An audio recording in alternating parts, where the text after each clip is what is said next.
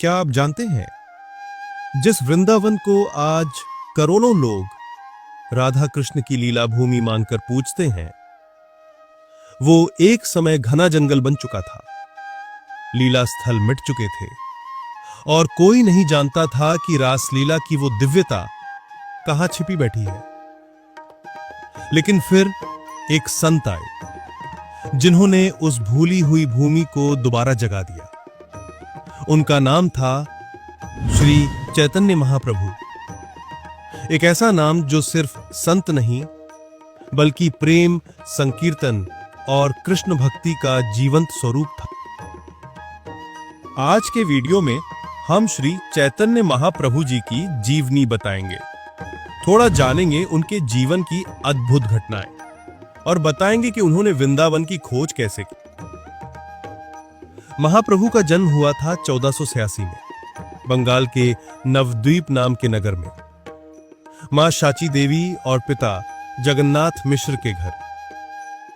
बचपन में उन्हें निमाई कहा जाता था क्योंकि उनका रंग नीम के फूल जैसा था, लेकिन रंग से ज्यादा उनका स्वभाव लोगों को चौंकाता था। वो बहुत छोटे थे पर पंडितों से तर्क कर लेते थे। बोलते भी ऐसे थे कि सुनने वाला सुनता ही रह जाए। उन्हें लोग कहते थे, ये कोई साधारण बालक नहीं, कुछ तो विशेष है इसमें। और वाकई था। समय बीता, निमाई बड़े हुए और बड़े होकर नवद्वीप के सबसे विद्वान बने।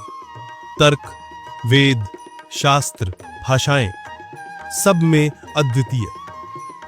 लेकिन उनके जीवन की असली दिशा तब बदली जब वे अपने पिता के श्राद्ध के लिए गया पहुंचे। वहां उनकी मुलाकात हुई ईश्वरपुरी जी से। ईश्वरपुरी ने उन्हें हरि नाम महामंत्र की दीक्षा दी। हरे कृष्ण कृष्ण कृष्ण हरे हरे, हरे राम राम राम हरे हरे।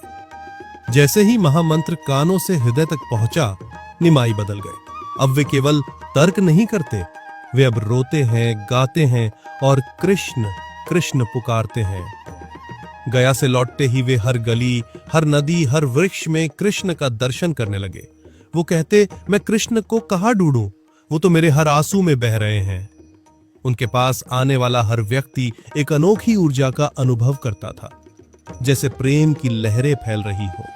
नवद्वीप के कर्मकांडी ब्राह्मणों ने इस हरि नाम संकीर्तन का विरोध किया। क्यों?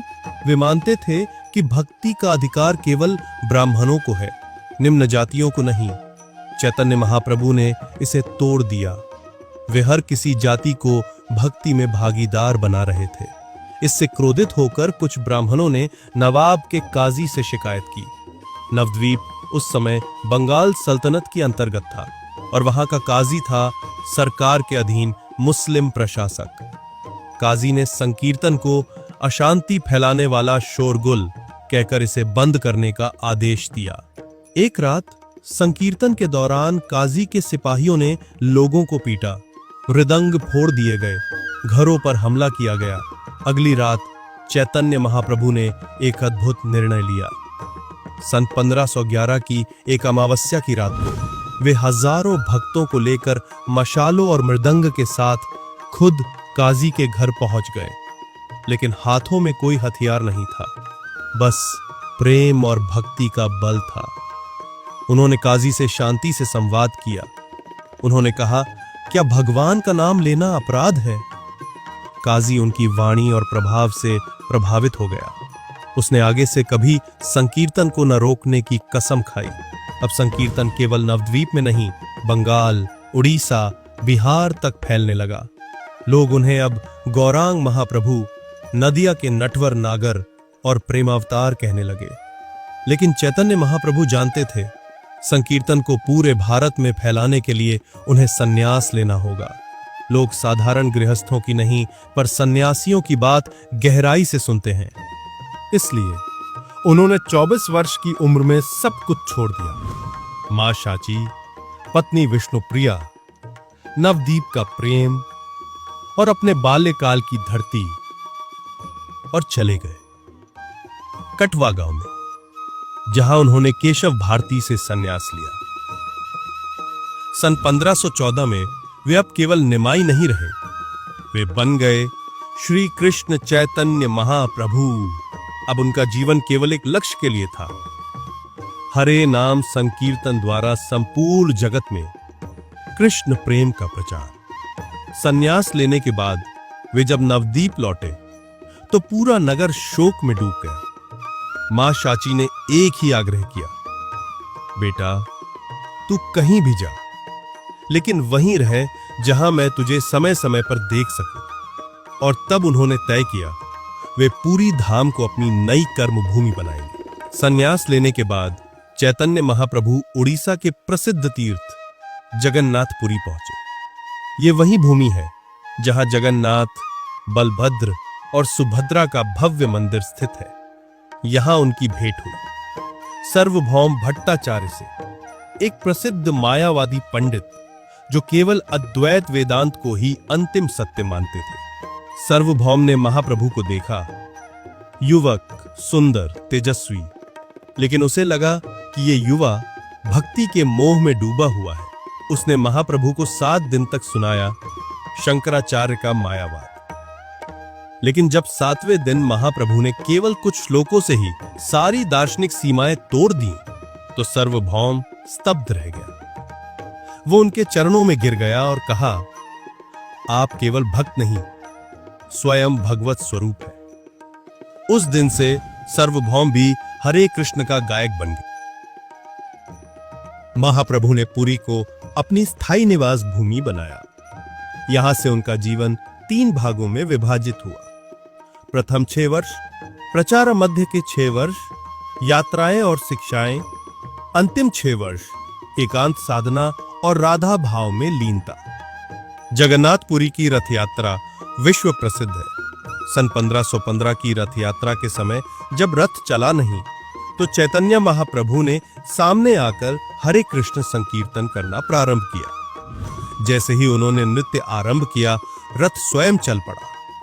हजारों भक्त नाचते, रोते, गाते हुए उनके साथ झूम उठे।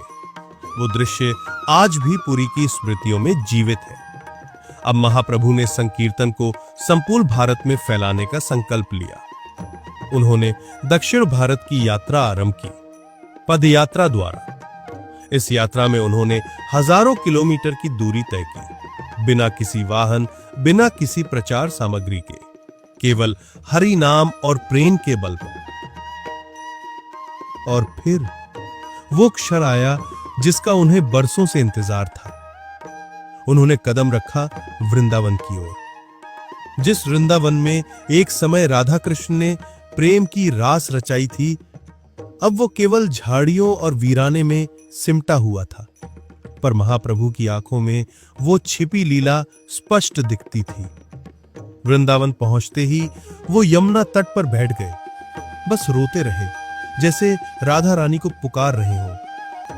फिर उन्होंने ब्रज के घाटों और स्थलों को एक एक करके पहचाना।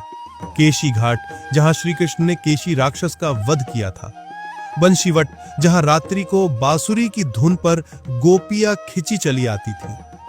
फिर निधिवन, जहां आज भी रात्रि में कोई नहीं जाता, क्योंकि वहां राधा कृष्ण की रास लीला होती है।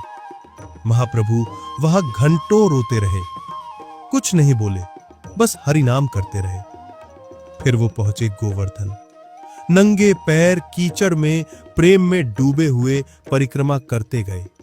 कहते, ये पर्वत श्री कृष्ण का शरीर है। राधा कुंड और श्याम कुंड की खोज भी उन्होंने की। जहां अब खेत थे, वहां उन्होंने खुदाई करवाई और आज भी वहां राधा और श्याम के प्रेम कुंड स्थित हैं। बरसाना पहुंचे, जहां उन्होंने जमीन को चूमा और कहा, यह भूमि स्वयं राधा रानी है। वहां बैठकर वो घंटों रोते रहे और फिर बोले, जो राधा के बिना कृष्ण को पुकारता है वो प्रेम की भाषा नहीं समझता। ब्रज के हर एक स्थल को उन्होंने फिर से प्रकट किया और अपने शिष्यों को वृंदावन में भेजा। रूप गोस्वामी, सनातन गोस्वामी, जीव गोस्वामी जैसे संत, जिन्होंने फिर से मंदिर बनवाए, स्थानों की रक्षा की। गोविंद देव मंदिर, मदन मोहन मंदिर, राधा रमण मंदिर, ये सब उन्हीं की प्रेरणा से अस्तित्व में आए। फिर महाप्रभु लौटे पुरी, जहां वो रथ यात्रा में नाचते थे ऐसे जैसे खुद श्री कृष्ण जगन्नाथ जी के सामने प्रेम में तल्लीन हो।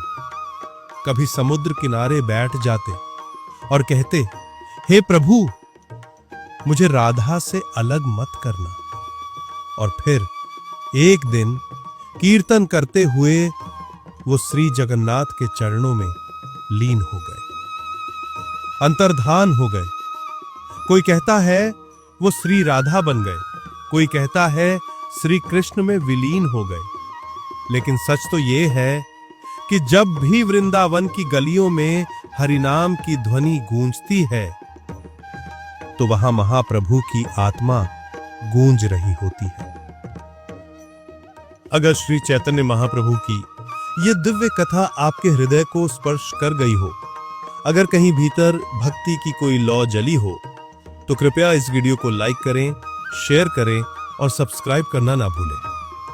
आपका एक छोटा सा प्रयास किसी और की आत्मा तक चैतन्य महाप्रभु की करुणा पहुंचा सकता है। राधे राधे, हरि बोल।